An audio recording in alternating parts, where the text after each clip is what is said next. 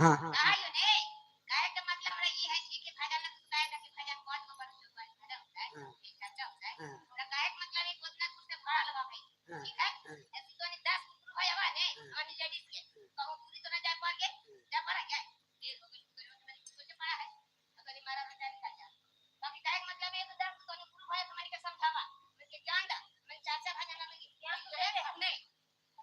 ओहे बात ना कह दियो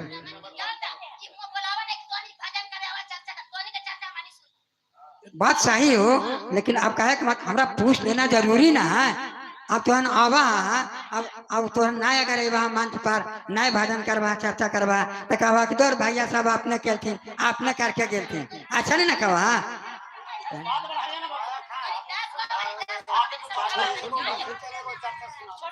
तो आप लोग ने कोई भजन कीजिएगा ना अगर नए भजन कीजिएगा तो छोड़ दीजिए वहां से लोग जो आए हैं उनको देंगे डहा से अब वो दीदी कह रहे हैं कि हम नहीं कुछ करेंगे तो डर नहीं करें अच्छा छोड़िए डहा के लोग कुछ नहीं करेंगे जो दीदी खराटी से चल कर आए हैं लाइए नाम लाइए डहा के लोग को छोड़ दीजिए नहीं करेंगे हाँ लो तो अभी चर्चा नहीं हो रहा है तो पहले हम बोल दिए थे कि 5 गो भजन के बाद चर्चा होगी काहे माथा खाते हैं अरे दांत टूटे रहे या गोड़ टूटे रहे उसे तोरा मतलब ना हो तोरा चर्चा करे से मतलब हो छोड़िए कोई नहीं कर रहे हैं कहाँ रहे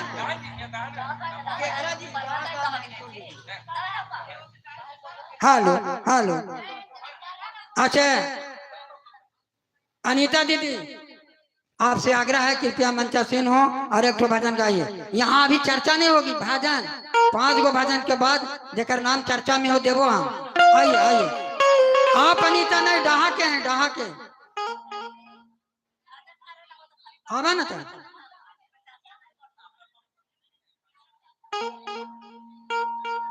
हेलो डायरेक्ट भजन कीजिए चर्चा नहीं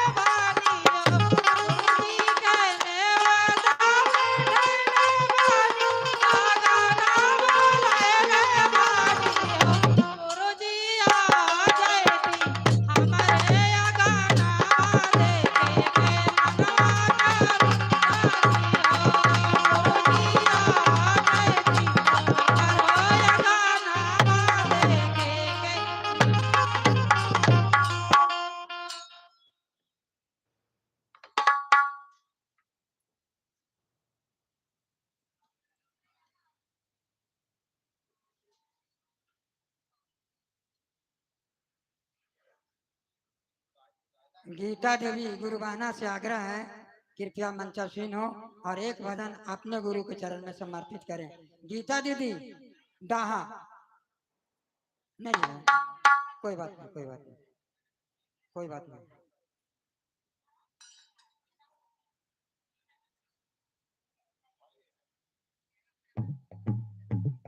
अच्छा, कॉपिया लेके दिन भर ऐसे घूमते रहिएगा, एक ही गांव के इसमें नाम लिखा रहता, खाली एक ही गांव के हम देते रहेंगे। आप लोग चिरकुट में नाम लिख के आया कीजिए और यहाँ हमको दे दीजिए, कॉपी देने की जरूरत नहीं हो, इसे गड़बड़ा जाएंगे ना।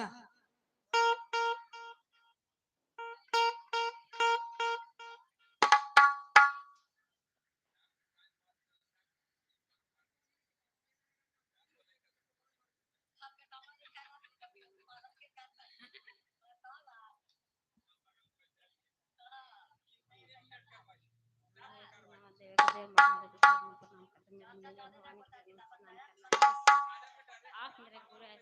मैं शिशु में सुच्चा पर दया कीजिए, गुरु दया कीजिए, गुरु इतना दया कीजिए, गुरु आते जाते रहें, गुरु आपको काम करते, मेरा काम में कोई रुकावट नहीं है। साहेब हरिंदर भैया लीला मुझे 3 सूत्र बताए, 3 सूत्र किस तरह पर प्रणाम करते हैं मेरे तरफ से।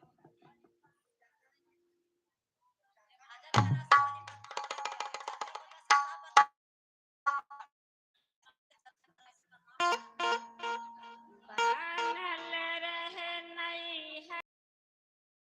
गुरु, बनल रहे ससुर, बनल रहे नहीं हरवाई शिव, बनल रहे ससुर, आए सन बरवाती हरि शिव, विसाजन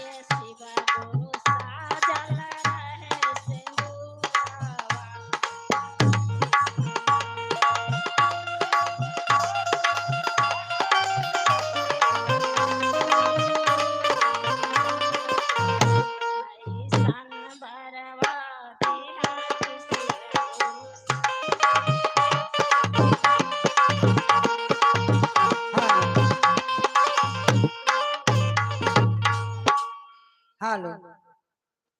बैठ कह जाए करे बाजिया जी अब आजबा बैठ कह जाए यार hello hello hello hello hello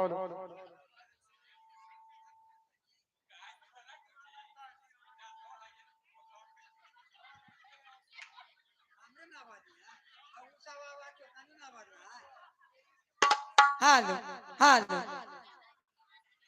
hello मान ला कि हमरा में आवाज ना ना तो से लेकिन अब बहनी आवाज सेकंड में ना आवाज ना वो कन के तो खाए चलिए भजन की कड़ी को आगे बढ़ाते हुए मैं आग्रह करूंगा पिंकी गुरु बहना खराठी ना नहीं नहीं पिंकी गुरु बहना खराठी हेलो हेलो